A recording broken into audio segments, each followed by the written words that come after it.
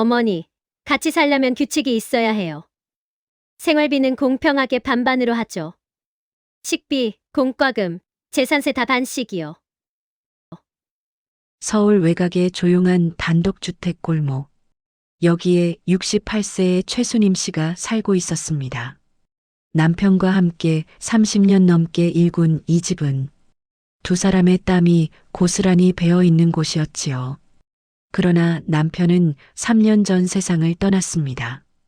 집안 곳곳에 남편의 흔적이 남아 있었고 순임 씨는 그 흔적들을 하나하나 어루만지며 하루하루를 버텨왔습니다. 그런데 이 평온한 일상이 흔들리기 시작한 것은 남편의 3주기가 지난 어느 봄날이었습니다.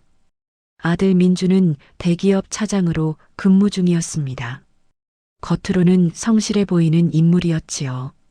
그 옆에 며느리 지연은 명품 브랜드를 유난히 좋아하는 사람이었습니다. 두 사람이 순임 씨를 찾아온 이유는 단 하나처럼 보였습니다. 어머니, 혼자 계시면 너무 외로우시잖아요. 저희가 새 집 짓고 함께 살면 어떨까요? 어머니, 이 집 팔아서 건축비 좀 보태 주시면 저희가 평생 잘 모실게요. 순임 씨는 한참 민준의 얼굴을 바라보았습니다. 예전에 인사과 팀장으로 일하던 시절 수많은 사람의 표정을 읽어왔던 눈이었습니다. 아들의 눈빛이 어딘지 모르게 자신이 아닌 집 뒤편에 무언가를 향해 있다는 것을 그녀는 느꼈습니다. 그러나 그것은 짧은 의심이었습니다. 나이 들어 혼자 산다는 것에 외로움, 손주 얼굴을 보고 싶다는 마음이 그 의심을 덮어버렸습니다. 순임 씨는 결국 고개를 끄덕였습니다. 집을 팔고 건축비의 절반을 부담하는 조건으로 함께 살기로 했습니다. 정성스럽게 지어진 2층 듀플렉스 주택이 완공되었고 입주 첫날 밤의 일입니다. 이삿짐을 정리하다 지쳐 방에 막 앉은 순임 씨에게 민준이 거실로 내려오라고 했습니다. 식탁 위에는 따뜻한 차 한 잔이 아닌 A4 2장짜리 서류 한 장이 놓여 있었습니다. 어머니, 같이 살려면 규칙이 있어야 해요.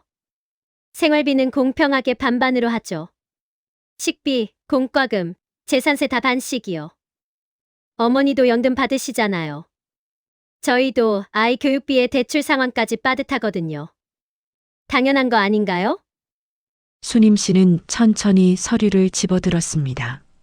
손끝이 아주 미세하게 떨렸지만 표정은 변하지 않았습니다. 그런데 지연이 한마디를 덧붙였습니다.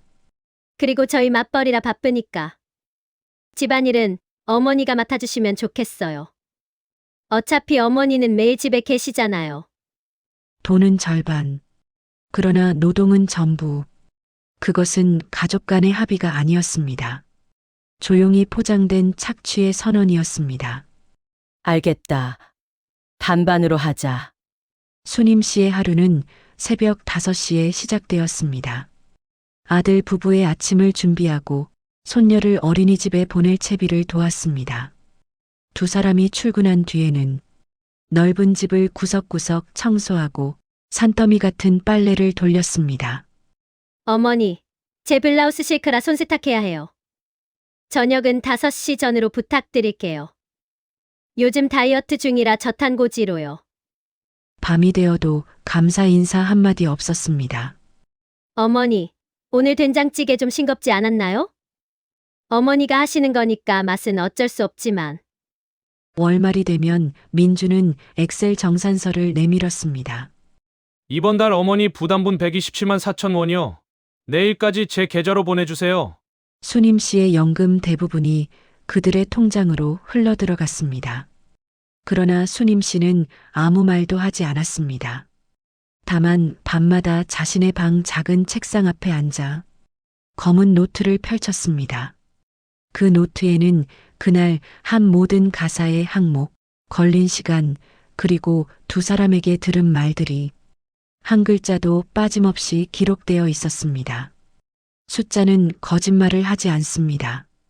그것이 순임 씨가 30년 직장 생활에서 배운 가장 단순한 진실이었습니다. 그 즈음 순임 씨는 오랜 친구를 우연히 만났습니다. 중학교 동창인 박혜정, 현재 법무사 사무소를 운영하고 있는 인물이었습니다. 오랜만에 만난 혜정은 수님 씨의 얼굴을 보자마자 말문이 막혔습니다. 반년 만에 눈에 띄게 야위어 있었기 때문입니다. 공원 벤치에서 수님 씨는 처음으로 모든 것을 털어놓았습니다. 수님아, 그건 법적으로 부당이득이야. 가사노동은 무상의 사랑이 아니야.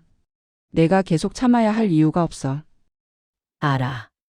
그런데 감정으로 맞서면 아무것도 안 돼.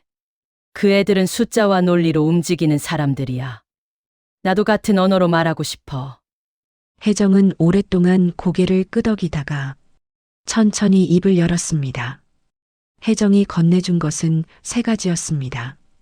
첫째, 가사노동의 시장가치 산정 방법. 고용노동부 기준에 따르면 가사도우미 서울 평균 시급은 1만 5천 원 이상, 이른 아침과 야간에는 할증이 붙습니다. 둘째, 등기부등본 확인. 수님 씨가 건축비로 낸 돈이 증여가 아닌 지분으로 처리될 수 있다는 것을. 셋째, 녹음과 기록. 모욕적 언동, 부당한 금전 요구. 모두 증거가 됩니다. 수님 씨는 반년치 노트를 다시 꺼냈습니다.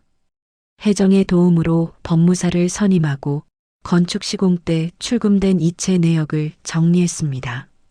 그리고 그 돈이 단순한 가족 지원이 아니라 공유 지분의 대가임을 입증하는 서류를 완성했습니다. 모든 준비가 끝나는 데는 2달이 채 걸리지 않았습니다.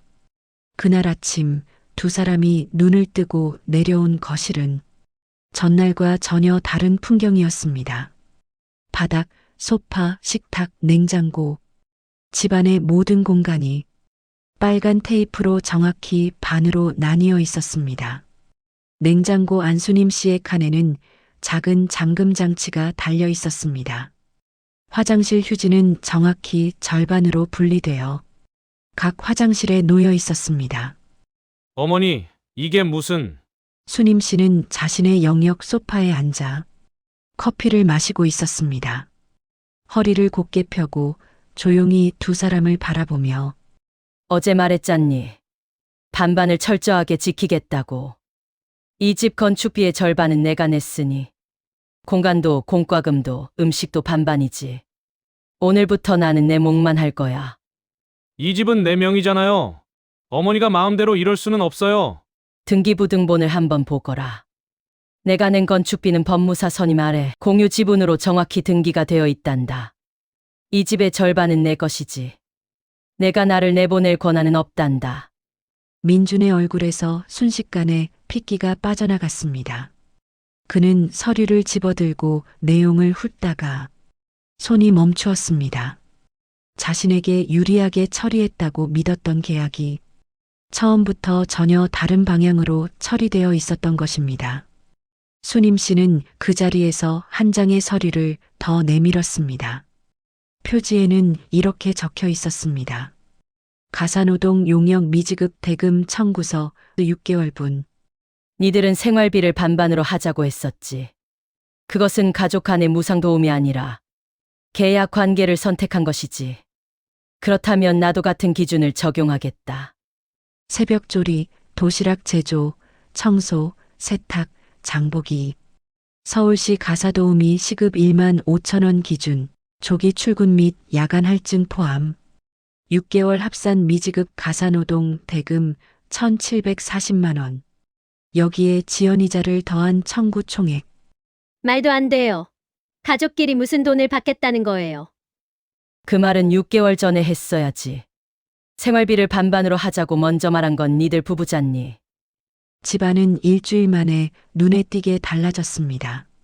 직접 요리와 청소를 해본 적이 없었던 지연은 몇 끼를 편의점 음식으로 버텼고 체력이 눈에 띄게 무너졌습니다. 민주는 구겨진 셔츠를 입고 출근했다가 팀장에게 면박을 들었습니다. 빨래는 쌓이고 수님 씨의 영역 반대편은 쉼없이 흐트러져 갔습니다.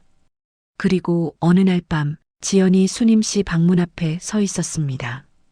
어머니 죄송해요. 생활비도 다시 생각해 볼게요. 집안일도 저희가 같이 할게요. 제발 예전으로 돌아가 주세요. 수님 씨는 문을 열지 않았습니다. 문 너머로 조용히 말했습니다. 지연아, 그 말은 계약서를 내밀던 날 밤에 했어야 했단다. 몇 달 후 최수님 씨는 새 집으로 이사했습니다. 자신의 지분을 부동산 전문가를 통해 적정가에 정리했고 그동안 부당하게 납부한 생활비 일부도 법적 절차를 통해 돌려받았습니다. 지금 그녀는 구청 복지관에서 시니어 법률 제정 상식 강좌를 열고 있습니다. 30년 직장 생활의 경험과 그 6개월의 기록이 이제는 다른 사람들의 방패가 되고 있었지요. 강의실에는 늘 자리가 가득 찹니다. 오늘 이 이야기에서 우리가 기억할 것은 딱 3가지입니다. 첫째, 가사노동에는 시장 가격이 있습니다. 내 노동의 가치를 스스로 알아야 합니다. 둘째, 돈을 낼 때는 반드시 근거를 남겨야 합니다. 가족이라도 권리관계는 명확하게. 셋째, 감정이 아닌 기록이 나를 지킵니다. 일기 한 줄, 메모 한 장이 결정적인 순간에 목소리가 됩니다. 칠판에는 이렇게 쓰여 있었습니다. 나를 가장 잘 지키는 것은 나 자신입니다. 오늘이 여러분 인생에서 가장 젊은 날입니다. 알기 시작하는데 늦은 때는 없습니다. 이야기가 공감되셨다면 구독과 좋아요 부탁드려요.